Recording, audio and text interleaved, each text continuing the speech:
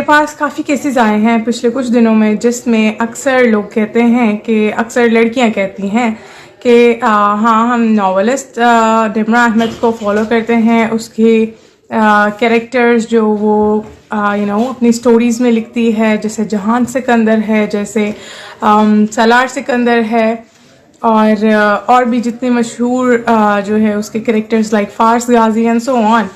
सो उन लोगों को आइडियलाइज करते हैं कि हमारे जो पार्टनर्स हैं वो वैसे हों, जबकि ऐसा नहीं होता।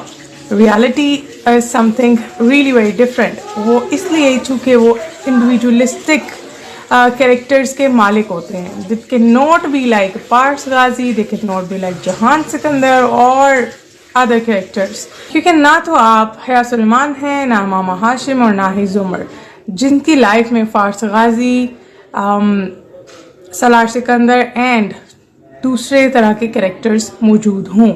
सो आपको चाहिए कि आप अपनी इरेशनल थॉट्स को, जो कि आपकी लाइफ में प्रॉब्लम क्रिएट कर रहे हैं, उन थॉट्स को जो कि हकीकत पे मबनी नहीं है, उसको रैशनल और पॉजिटिव थॉट्स में और रियल थॉट्स में कन्वर्ट करें ताकि आपकी ज़िंदगी आसान हो सके।